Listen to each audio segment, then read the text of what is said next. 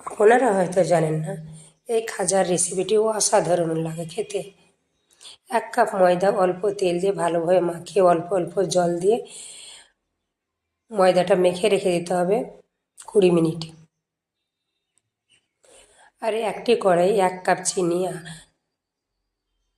আর half cup জল দিয়ে ভালোভাবে সিরাটা তৈরি করে নিতে হবে।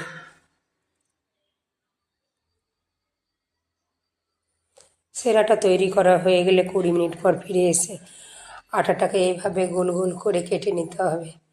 গোল গোল করে কাটা হয়ে গেলে রুটির মতন করে তৈরি করে নিতে হবে 5টা।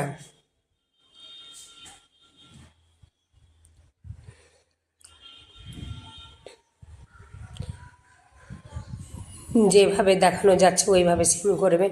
তেল ব্রাশ করে ওর উপরে ময়দা ছড়িয়ে দিতে হবে। তারপরে একের পরে এক রুটিগুলো সাজিয়ে করে নিতে হবে।